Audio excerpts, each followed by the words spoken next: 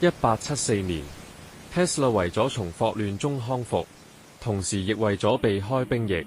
於是一個人走去 Temmingus 附近基格克山裏面休養。兵役本來就是義務性質，而且需要強制服役3年的。但 Tesla 除咗本身運動能力一般外，對當兵亦完全沒有興趣，甚至可以說是反感。於是就作出呢個逃避兵役嘅決定。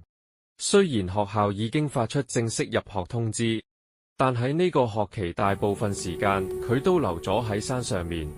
簡單線就着住一套獵人裝，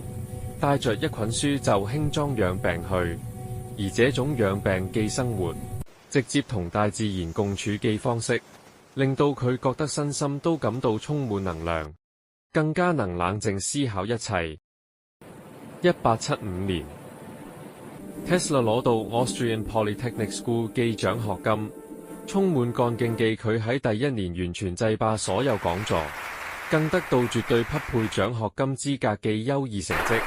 更在精力充裕下創立咗塞爾維亞文化俱樂部，去推動文化學術交流。但順境再多必生異，就喺第2年，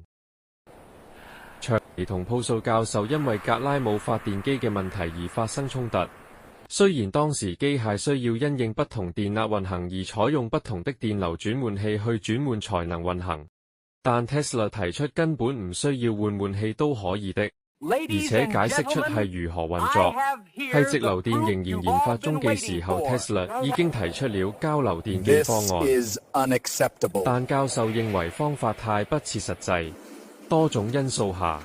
，Tesla 就失去咗獎學金，精神未能接受下，只好逃避現實，沉淪賭博去釋放自己。去到第3年，精神低落得更加嚴重，至完全停止參加任何講座。